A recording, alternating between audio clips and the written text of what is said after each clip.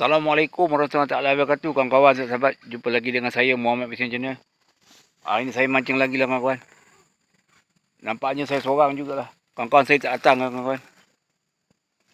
Air kering lah kan. Ikan pun tak ada lah. Tak ada nampak main-main je. Kawan-kawan, saya belum mancing lagi lah. Jadi yang ganggu saya je. Wah. Kawan-kawan lah. Uish.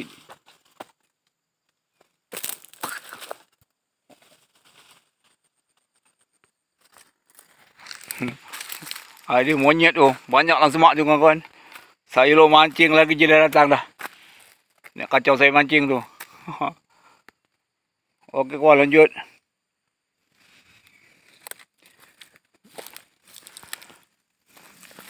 Kawan-kawan saya dah kurang mancing lah kawan-kawan. Sebab ikan pun dah kurang kan. Jadi diorang kurang datang lah. Toman dah main jauh sana tu. Dah main jauh dia pergi. Tak ada. Kawan-kawan saya mancing sini lah. Biasa sini.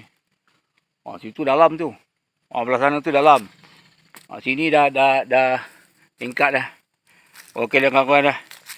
Saya cubalah mancing lah. Kejap je jadi lah. 1 jam ke.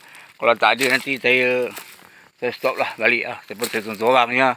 Monyet pun banyak tu. Okey kawan-kawan. Sekian saja konten saya. Assalamualaikum warahmatullahi wabarakatuh.